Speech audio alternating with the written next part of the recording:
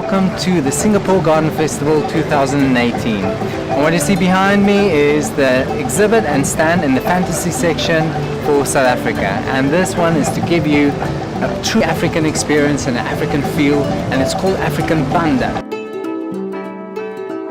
For this particular garden that Leon has designed, the difficulty itself is really the size of the space that was allocated to us.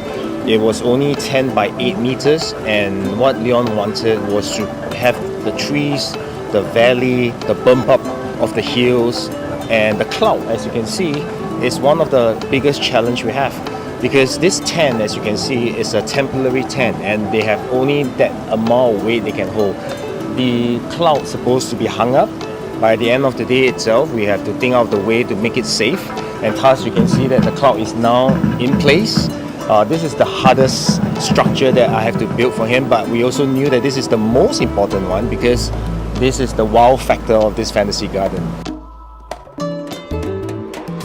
So once the grass grew again and the rain came, the local tribes go and hunt their food for the night and the party starts. And usually in Africa, when a party starts and everybody's happy and jolly, it happens around a baobab. Baobab is a sacred emblem of Africa. Well, it's basically an emblem of wisdom, and usually the communities are congregated around the baobab tree.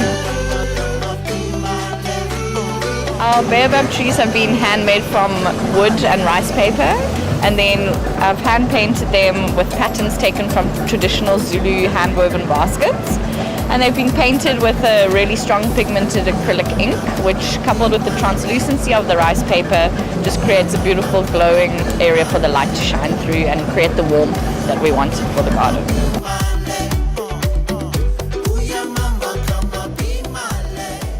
Now in Africa, dung beetle is vital to the ecology. So in the dung of the elephant or the buffalo, any little antelope, there are seeds in it. And whether it's an acacia seed, whether it's a adenium seed, or whether it's a baobab seed. The dung beetle gathers the dung, roll it in a ball, and then lays its eggs inside. And then it runs around, buries it in the soil for the eggs to hatch, and some of the seeds survive, and that grows into the big baobabs we see in nature all over Africa. Because our conditions are so harsh, some of the seed can't survive and can't germinate during normal procedures. That's why they are so important to the African ecology.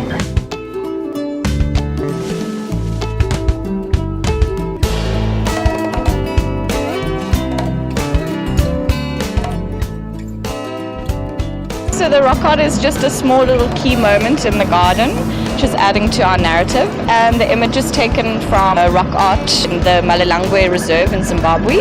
And it's just the iconic image of the running huntsman. And it's adding to our narrative of the migration. The animals are back now, there's celebration, and people are hunting now to celebrate. Enjoy the garden, enjoy the show, and I hope to see you in Africa very soon.